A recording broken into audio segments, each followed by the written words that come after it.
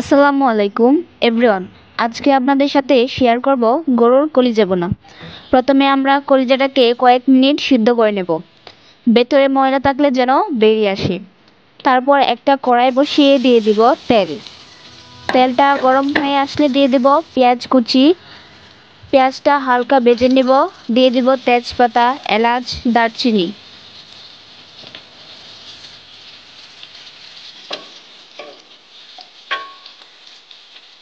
আরও দিয়ে দিব পেঁয়াজ রসুন পেস্ট, আদা, জিরা, লবণ,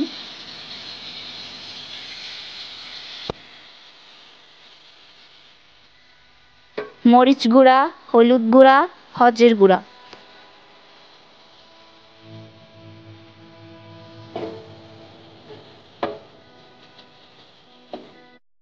অল্প কিছুক্ষণ কষিয়ে নেব। এবার দিয়ে দিব কলিজাগুলো, দিয়ে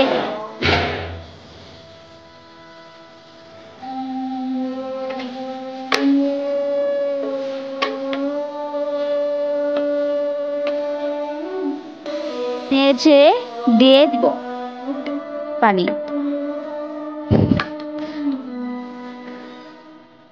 কষিয়ে নেব।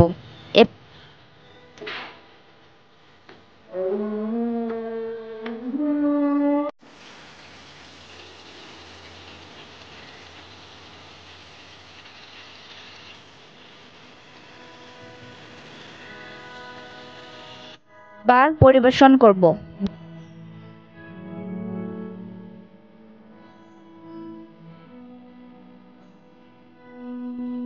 Bye bye.